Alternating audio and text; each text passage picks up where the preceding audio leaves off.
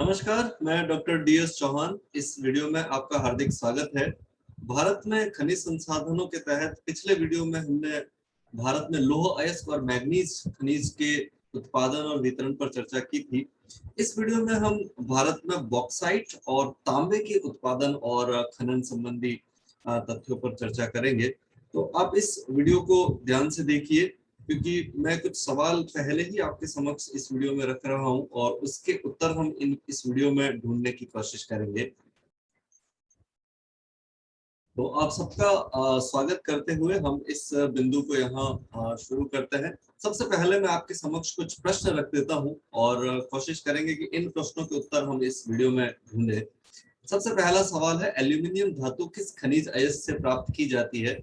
विश्व में सर्वाधिक बॉक्साइट का उत्पादन किस देश से होता है? भारत में सर्वाधिक बॉक्साइट का उत्पादन किस राज्य से होता है? पीतल का निर्माण किन धातुओं को मिलाकर किया जाता है? विश्व में सर्वाधिक तांबा का उत्पादन किस देश से होता है? भारत में तांबे के सर्वाधिक भंडार किस राज्य में स्थित हैं? भारत में सर्वाधिक तांबा का उत्पादन किस राज्य से होता है? मलजखंड क्षेत्र किस खनिज के लिए प्रसिद्ध है? खिचड़ी एवं कोलिहान खाने किस राजस्थान के किस जिले में स्थित है? तो आप ध्यान से इस वीडियो को देखिए। इन सभी प्रश्नों का और ऐसे और कई तथ्यों का जवाब इस वीडियो में आपको मिलेगा। सबसे पहले हम बॉक्साइट से शुरू करते हैं।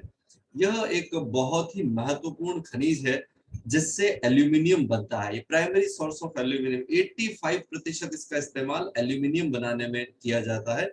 ये इस तरह की एक चट्टान के रूप में हमें धरातल के अंदर खान से निकालने पर मिलता है और फिर इसको प्रोसेस करके हम इस तरह से एल्यूमिनियम धातु बनाते हैं। तो एल्यूमिनियम सीधी प्रकृति में मिलने वाली धातु नहीं है, ये बॉक्साइट के रूप में है। बॉक्साइट इसका अयस्क है जिससे ये प्राप्त होती है और फिर हम इसको प्रोसेस करके एल्यूमिनियम इसका बना देते हैं। तो इसका 85% जो इस्तेमाल है एल्यूमिनियम का, वो इसी एल्यूमिनियम से मतलब बॉक्साइट से एल्यूमिना बनाया जाता है और एल्यूमिना से एल्यूमिनियम बनाया जाता है। तो 85% इसका जो इस्तेमाल है वो इसी में एल्यूमिनियम बनाने में ही कर लिया जाता है।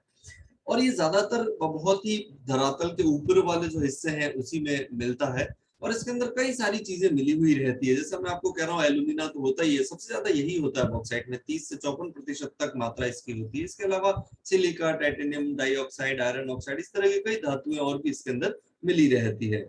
इसका सबसे बड़ा जो उपयोग है, हम बॉक्साइट से जो एल्यूमिनियम बनाते हैं उसका, तो जो एल्यूमिनियम है वो एक तो रस्टलेस है, इसमें जंग नहीं लगता है। दूसरी बात, ये बहुत ही हल्की धातु है, लाइट है, वजन में बहुत ही कम होती है और आपको सुदृढ़ता उतनी ही मिलती है जितनी की लोहा, मतलब लोहे जैसी मजबूत धातु है लेकिन वजन में बहुत हल्की है। आपने अपने किचन के अंदर कई सारे बर्तन देखे होंगे, एल्यूमिनियम का कुकर देखा होगा, बाल्टी देखी होगी और भी कई सारे बर्तन आपने देखे होंगे, उसका वजन बहुत कम होता है तो उठाना, उसको इधर उधर ले जाना बहुत ही आसान होता है। वजन कम होने के कारण ही हवाई जहाज जब बनाते हैं तो उसमें भी इसका बहुत ज्यादा इस्तेमाल लिया जाता है, क्योंकि मजबूत तो है ही है, प्लस वजन इसका बहुत ही कम है तो वजन को उड़ने में सहायता मिलती है। फिर ये बिजली का बहुत अच्छा कंडक्टर है, मतलब इसमें बिजली प्रवाहित होती है बहुत अच्छे से, इसलिए आपने एल्यूमिनियम के तार भी देखे होंगे। तो इस तरह से कई सारा इसका इस्तेमाल हम अपने दैनिक जीवन में करते हैं, वो आपसे कुछ छुपा हुआ बात नहीं है, इसलिए मैं यहाँ ज्यादा इसके यूज पर नहीं, आप सब जानते हैं। अब हम इसके विश्व वितरण के बारे में बात करेंगे तो आप देखिए, लगभग ये पूरी दुनिया में छितराया हुआ खनिज है, हर जगह आपको देखने को मिलता है। अगर हम इधर से शुरू करें तो आप देखिए ऑस्ट्रेलिया के इन सारे द्वीपों में, इधर इंडोनेशिया, मलेशिया, चाइना में अगर हम बात करें, रशिया के इस पूरे रीजन में मिलता है। रूस से अलग हुए कई सारे देश पूरे यूरोप में छितराया हुआ है। भारत के अंदर भी आप देखिए, जो पूरी पठारी क्षेत्र है उसके अंदर और ये वेस्टर्न जो तटीय क्षेत्र है उसके आसपास के रीजन में देखने को मिलता है। अफ्रीका के अंदर भी आप यहाँ पर देखिए, ये जो सेंट्रल अमेरिका अफ्रीका का जो वेस्टर्न हिस्सा है उसमें ये बहुत ज्यादा देखने को मिलता है। इधर दक्षिण में भी अगर हम देखें तो ब्राजील और जो दक्षिण अमेरिका के उत्तरी देश है उसके अंदर ये कैरिबियन आइलैंड्स हैं, संयुक्त राज्य अमेरिका, कनाडा, हवाई द्वीप, मतलब एक बहुत बड़ी रेंज में फैला हुआ ये खनिज है जो पूरी दुनिया में हमें देखने को मिलता है। अगर हम कंट्री वाइज टॉप 5 देशों को देखें तो सबसे ज्यादा प्रोडक्शन लगभग 29% के आसपास ये यहाँ ऑस्ट्रेलिया से निकाला जाता है। इसके अलावा चाइना इस पर लगभग 19% के साथ दूसरे नंबर पर है, लगभग 17% के साथ घीनी तीसरे नंबर पर है अफ्रीका के अंदर ये। देन ब्राजील 8% इसका उत्पादन करता है। इंडिया 5वें नंबर पर है, 7% उत्पादन दुनिया का यहाँ से होता है। ये सब 2020 के आंकड़े हैं, 2020 के आंकड़ों के हिसाब से ये सारा उत्पादन जो है वो मैंने आपको बताया है। अब अगर हम भारत के अंदर इसके रिजर्व्स की बात करेंगे कि भारत में ये कहाँ कहाँ पाया जाता है, इसके भंडारण कहाँ कहाँ पर है, तो आप देखिए लगभग 3900 मिलियन टन उत्पादन, मिलियन टन भंडार इसके इस खनिज के भारत के अंदर मौजूद है वर्तमान के अंदर। वो घरेलू उपयोग के लिए भी काफी है और निर्यात करने के लिए भी काफी है, इससे निर्यात भी हो जाता है, इतना भी हम कहते हैं। और सबसे ज्यादा रिजर्व्स इसके ओडिशा राज्य में है, लगभग आधे से ज्यादा भंडार बॉक्साइट के ओडिशा राज्य के अंदर हमें देखने को मिलते हैं। 16% भंडार ये नॉर्थ जो आंध्र प्रदेश है उसके अंदर पाए जाते हैं। गुजरात में भी भारत के 9% रिजर्व यहाँ पर मौजूद है। झारखंड में फिर यहाँ 6% और महाराष्ट्र में लगभग 5%। महाराष्ट्र से लेके कर्नाटक तक पूरा एक बेल्ट है जिसके अंदर ये पाया जाता है। इसी तरह से मध्य प्रदेश के जो छत्तीसगढ़ का नियर क्षेत्र है इसके अंदर देखने को मिलता है छत्तीसगढ़ में। तो एक बड़ा सा रीजन हम आइडेंटिफाई करने की कोशिश करें तो वो ओडिशा, छत्तीसगढ़, झारखंड, मध्य प्रदेश और ये आंध्र प्रदेश का ये जो हिस्सा है, ये एक बहुत बड़ा रीजन भारत के अंदर देखने को यहाँ पर हमें मिलता है जहाँ बॉक्साइट है। इसी तरह से आप गुजरात का ये जो तटीय क्षेत्र है जिसमें आप देखिए यहाँ पर भी है महाराष्ट्र से लेकर के गोवा और कर्नाटक तक ये जो पतला लीनियर बेल्ट है यहाँ पर देखने को मिलता है, और कुछ तमिलनाडु के अंदर भी इसके भंडार पाए जाते हैं। तो काफी छितराया हुआ भारत के अंदर है, लेकिन ज्यादातर दक्षिण वाला जो हिस्सा है भारत का उसमें ये पाया जाता है। नॉर्थ इंडिया में इसके भंडार ज्यादा नहीं या नहीं है। अगर हम उत्पादन पर जाएंगे तो 2020 के अंदर भारत में लगभग हम कह सकते हैं 50 मिलियन टन बॉक्साइट का उत्पादन हुआ था। उसमें से ओडिशा नंबर 1 पर है क्योंकि इसमें भंडार भी सबसे ज्यादा है। तो आप देखिए लगभग यहाँ पे 49% उत्पादन यहाँ से हो रहा है। सेकंड नंबर पर गुजरात है, लगभग 24% उत्पादन हो रहा है। झारखंड 9% के साथ में थर्ड पोजीशन पर यहाँ पर है। छत्तीसगढ़ और महाराष्ट्र दोनों से ही 8-8% उत्पादन हो रहा है भारत का। इसके अलावा मध्य प्रदेश, गोवा, कर्नाटक, तमिलनाडु ये और स्टेट है जहां से इस खनिज का उत्पादन किया जाता है। मैंने पहले भी आपको कहा कि भारत इस खनिज का निर्यात करता है, इतने पर्याप्त मात्रा में धातु भारत के अंदर मौजूद है। तो हमारे देश से प्रमुख जो आयातक कंट्रीज हैं वो इटली है, यूके है, जर्मनी है, जापान, इस तरह के कई सारे देश भारत से बॉक्साइट का आयात करते हैं। अब हम स्टेट वाइज इसकी बात करेंगे तो सबसे पहले ओडिशा में इसका सबसे ज्यादा उत्पादन भी हो रहा है, भंडारण भी सबसे ज्यादा वहीं है। तो यहाँ लगभग 300 किलोमीटर लंबा एक बेल्ट है जो सबसे महत्वपूर्ण है। वो 50 से 100 किलोमीटर चौड़ा भी है। और ये जो बेल्ट है वो कालाहांडी, कोरापुट और बारगढ़ डिस्ट्रिक्ट के अंदर फैला हुआ। अब यहाँ देखिए आप, ये कोरापुट जिला है, ये कालाहांडी और ये बारगढ़। तो ये पूरा एक ऐसा रीजन है जिसके अंदर इस खनिज के बहुत ज्यादा भंडार देखने को मिलते हैं। कालाहांडी बहुत ही महत्वपूर्ण जिला भारत लेवल पर भी यहाँ पर हम कह सकते हैं वो है। तो एक बेल्ट तो ये बनता है। दूसरा आप देखिए सुंदरगढ़, बोलनगिर और संबलपुर। यहाँ आप देखिए संबलपुर है, यहाँ पर ये सुंदरगढ़ है, इस तरह से। तो ये जो रीजन है वहां पर भी बहुत अच्छा उत्पादन ये जो है इसका देखने को मिलता है। तो यहाँ आप देखिए ये पूरा रेंज, अगर हम मोटे तौर पर इसको आइडेंटिफाई करें तो सुरेंद्रगढ़ से होते हुए, संबलपुर से होते हुए, बालनगुर, ये बालनगिर, ये बारगढ़, ये कालाहांडी, कोरापुट, ऐसा पूरा रीजन है ये, तो मोटा मोटा सा रीजन। तो इसके अंदर लार्ज स्केल पर इस खनिज के खनन जो है वो किया जाता है। यहाँ पर आप देखिए कोरापुट के अंदर ये एक अबेंडेंट माइंस है बॉक्साइट की। किस तरह से पूरा बॉक्साइट का खनन यहाँ पर किया गया है आप देख सकते हैं। आसपास सारा फॉरेस्ट एरिया है और यहाँ पूरा ये उजाड़ हो गई है अभी तो ये माइंस, लेकिन हम इमेज पर इसको देख सकते हैं इसका किस तरह से खनन किया जाता है। सेकंड स्टेट हम देखेंगे गुजरात। इसके अंदर गुजरात के अंदर अगर हम देखें तो मोस्ट इंपोर्टेंट जो डिपॉजिट्स के आकर दिखाई देते हैं वो भावनगर, जूनागढ़ और अमरेली डिस्ट्रिक्ट के अंदर। यहाँ लगभग 50 किलोमीटर लंबा बेल्ट है। देखिए भावनगर, अमरेली और जूनागढ़, ये खंबात की खाड़ी का जो अरब सागर के तटवर्ती क्षेत्र है, इस पूरे क्षेत्र के अंदर लगभग 50 किलोमीटर बेल्ट है जो इन तीनों जिलों में पड़ता है और बहुत ही महत्वपूर्ण है गुजरात के अंदर। इसके अलावा अगर हम देखें जामनगर की बात करें, कच्छ की बात करें, खेड़ा और साबरकांठा, यहाँ खेड़ा डिस्ट्रिक्ट है, साबरकांठा डिस्ट्रिक्ट है, इनके अंदर भी इसका उत्पादन जो है गुजरात से होता है।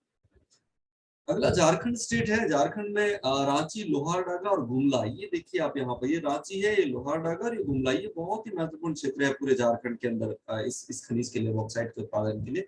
इसके अलावा पलामू और दुमका, ये पलामू यहाँ पर जिला है और दुमका यहाँ पर जिला है। तो इन सभी जिलों में इसका उत्पादन झारखंड से होता है। छत्तीसगढ़ की अगर हम बात करेंगे तो छत्तीसगढ़ में मूलतः अमरकंटक पठार की बात करें या उस मैकाल पर्वत की बात करें तो इनमें ये सारे खनिज का डिस्ट्रीब्यूशन देखने को मिलता है।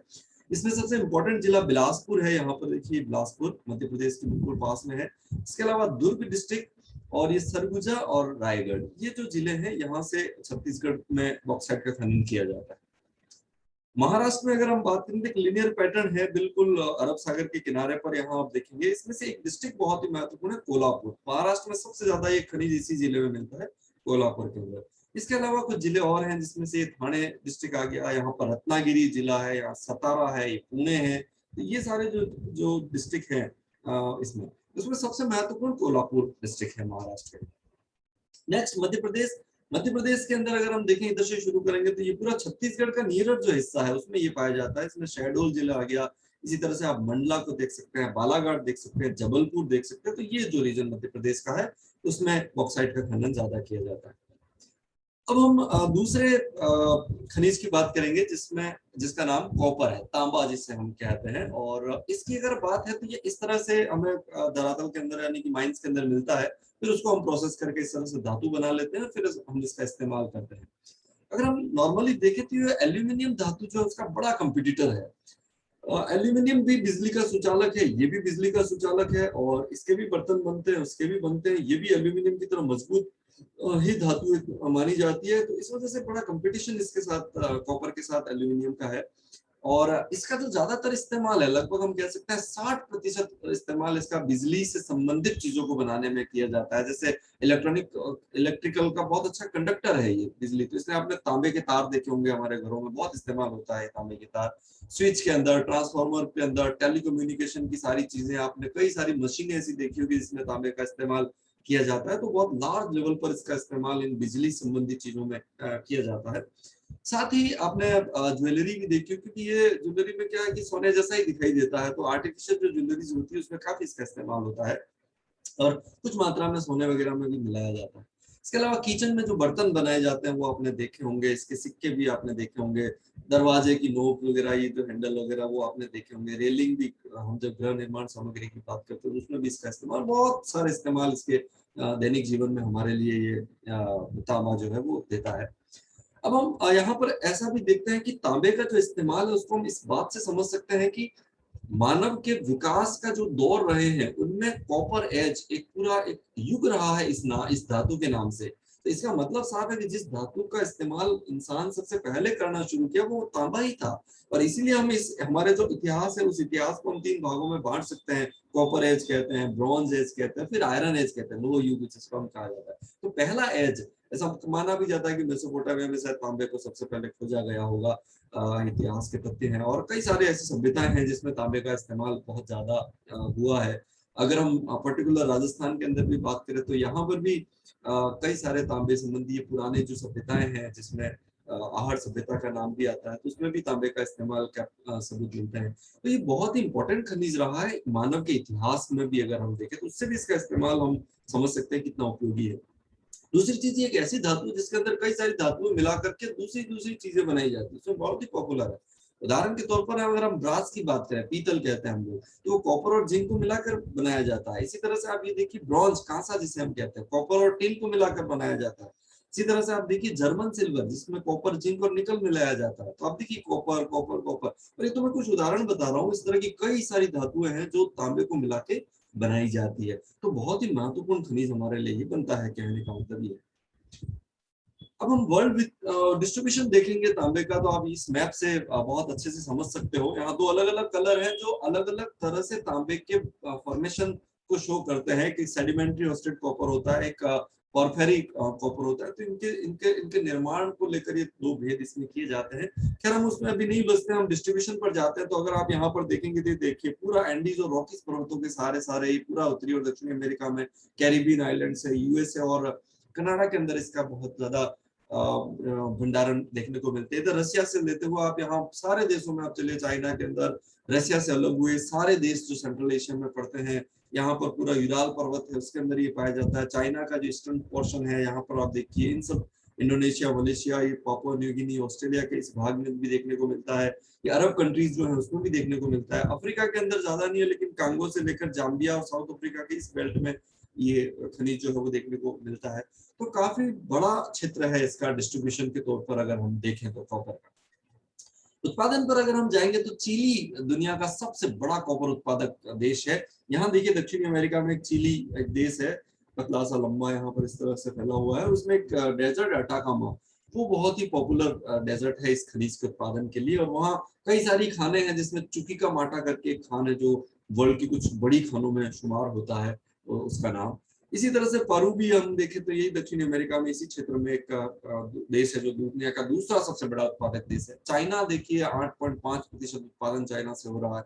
कांगो अफ्रीका का एक देश है जो बड़ा महत्वपूर्ण है। यूएसए, ऑस्ट्रेलिया, रसिया, जाम्बिया, मैक्सिको, कजाकिस्तान, काफी सारे देशों में ये निकाला जाता है। ऐसा मोटा मोटा अनुमान है कि तांबे की दुनिया में लगभग 250 खानें होंगी जो 40 देशों में फैली हुई है। सब एक मोटा अनुमान यहाँ पर देखने को मिलता है। 2020 के आंकड़ों पर अगर हम जाएं तो दुनिया में लगभग 20 मिलियन टन तांबे का उत्पादन हुआ था। और इसीलिए अगर हम इसके जो इस्तेमाल है उसको भी बहुत हद तक दुनिया भर में करते हैं। और कई सारे देशों में इसका इस्तेमाल जो है वो होता है, लगभग सभी देशों में इसका इस्तेमाल होता है।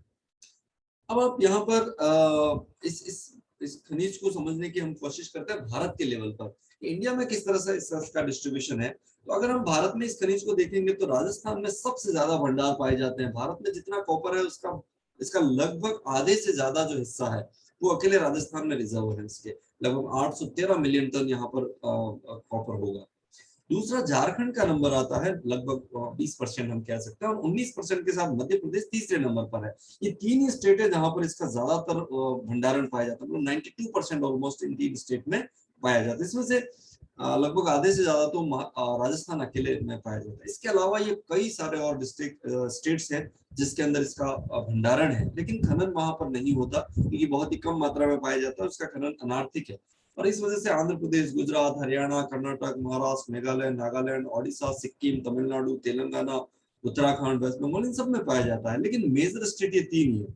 और ये सारी जो इन्फॉर्मेशन हम बात कर रहे हैं वो इंडियन मिनरल ईयर बुक 2018 की है। ठीक है, तो 2018 के भारत सरकार के आंकड़ों के हिसाब से हम उत्पादन पर भी चर्चा करेंगे। तो आप यहाँ पर देख सकते हैं 3.68 मिलियन टन उत्पादन इस खनिज का भारत से हुआ।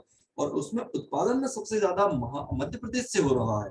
लगभग 53% तांबा जो है वो भारत का मध्य प्रदेश से आया 2018 में। जबकि अगर हम देखेंगे कि इसके भंडारण राजस्थान में ज्यादा है, लेकिन राजस्थान और झारखंड से सरकार ज्यादा खनन नहीं करती है, वो संरक्षित भंडार माने जाते हैं। मध्य प्रदेश से सबसे ज्यादा अभी खनन कर रही है, तो वहां पर ये 53% उत्पादन हो रहा है। राजस्थान में 43%, तो ज्यादा बहुत ज्यादा पीछे नहीं है ये मध्य प्रदेश से। तो ये भी एक बहुत बड़ा स्टेट है। और झारखंड, मतलब इन तीनों स्टेट से मिलाकर ही भारत का 100% तांबा उत्पादन हो जाता है। अब अगर हम ये बात करें कि भारत में तांबा आयात होता है या निर्यात होता है, तो यहाँ देख लीजिए वर्ल्ड लेवल पर हम कोई बहुत बड़ा नाम नहीं है तांबे के उत्पादन में। बहुत ही कम उत्पादन होता है। हम हमारी आवश्यकता भी पूरी नहीं कर सकते तांबे के मामले में, इसलिए हमें तांबा निर्यात करना पड़ता होता है। और जिन जिन जिन देशों से हम मूलतः तांबा आयात करते हैं, उसमें चाइना, यूएई, संयुक्त राज्य America, Saudi Arabia, Iraq, Switzerland, Australia, ये सारे देश है जहां से हम तांबे का आयात करते हैं, क्योंकि ये बहुत ही कम है धातु भारत के अंदर, इस वजह से। अब अगर स्टेट वाइज डिस्ट्रीब्यूशन की बात करेंगे और उत्पादन की बात करेंगे, तो मध्य प्रदेश में आप देखिए, मैंने कहा सबसे बड़ा उत्पादक स्टेट है ये भारत का। और इसमें एक डिस्ट्रिक्ट बहुत ही महत्वपूर्ण है, बालाघाट।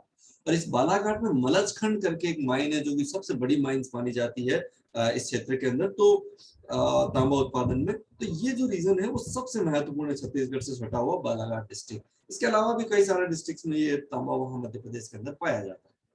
ये देखिए मलजखंड खान, जो कि मैं कह रहा हूँ सबसे बड़ी खान है, बहुत बड़े हिस्से पर इसका खनन किया जाता है और सैटेलाइट इमेज पर ये इस तरह से दिखाई देती है। नेक्स्ट हम राजस्थान की बात करेंगे, तो राजस्थान में अरावली जो पर्वत है, पुराना प्राचीन पर्वत है विश्व का, उसमें कुछ पहाड़ियां हैं जहां पर ये देखने को मिलता है। मूलतः नॉर्थ राजस्थान में दो डिस्ट्रिक्ट बड़े महत्वपूर्ण है, जिसमें से भारत में सबसे महत्वपूर्ण जिला है झुंझुनू। और इसमें दो खाने हैं, खेतड़ी और कोल्हान करके। ये दोनों खान बहुत ही महत्वपूर्ण है। खेतड़ी यहाँ सबसे बड़ी खान है, और इसीलिए हम झुंझुनू को कॉपर डिस्ट्रिक्ट ऑफ इंडिया भी कहते हैं, इस खान की वजह से, खेतड़ी खान की वजह से। ये बहुत महत्वपूर्ण खान है। इसी तरह से अलवर में खो दरीबा में भी पाया जाता है, लेकिन राजस्थान में बड़ी खान यही है, खेतड़ी। यहाँ एक पूरा बेल्ट है खेतड़ी से सिंगाना तक, उसको हम खेतड़ी सिंगाना बेल्ट भी कहते हैं। तीसरा डिस्ट्रिक्ट स्टेट हमारा था झारखंड, और झारखंड के अंदर हमेशा की तरह सिंहभूम जो डिस्ट्रिक्ट है, यहाँ पर आप देखिए वेस्ट और ईस्ट सिंहभूम, तो इसके अंदर कई सारी खाने हैं जिसमें हम केंडाडी कह सकते हैं, राखा है या छापरी सिद्धेश्वर, ऐसी बहुत सारी माइंसेज यहाँ पर हैं जिसके अंदर ये निकाला जाता है। दूसरा बड़ा डिस्ट्रिक्ट यहाँ पर है हजारीबाग, इसमें भी बहुत इसका इसका माइनिंग की जाती है। पालामू डिस्ट्रिक्ट भी इसके लिए काफी चर्चित जिला माना जाता है। तो ये दो तीन क्षेत्र हैं झारखंड के अंदर जहाँ तांबे का उत्पादन किया जाता है। इसके अलावा आंध्र प्रदेश में जैसे गुंटूर की बात करें, कर्नाटक के अंदर चित्रदुर्ग और हसन की बात करें, तमिलनाडु में साउथ अरकूट डिस्ट्रिक्ट, तो इन सारे जिलों में भी राज्यों में भी इसका खनन छुटपुट होता है, लेकिन बहुत ही कम है, नगण्य है। मतलब सबसे ज्यादा जो उत्पादन हो रहा है वो तो इन तीन, मध्य प्रदेश के अंदर, राजस्थान के अंदर और झारखंड के अंदर ही, और लगभग सारा तांबा भारत का यहीं से उत्पादित होता है। तो आपने मेरा ये वीडियो ध्यान से देखा, इसके लिए आपका बहुत बहुत शुक्रिया। वीडियो से शुरू करने से पहले मैंने आपको कुछ प्रश्न पूछे थे, उम्मीद करता हूं कि अब उन सभी प्रश्नों के उत्तर आपको मिले होंगे। बहुत बहुत शुक्रिया मेरा ये वीडियो देखने के लिए। अगर आपको मेरा ये कंटेंट अच्छा लगा हो तो आप मेरे इस चैनल को सब्सक्राइब कर सकते हैं और अपने दोस्तों के साथ शेयर भी कर सकते हैं। हम जल्द ही किसी और वीडियो में फिर मिलेंगे, और तब तक आप अपने आसपास पेड़ों और पानी की रक्षा कीजिए। Thank you so much.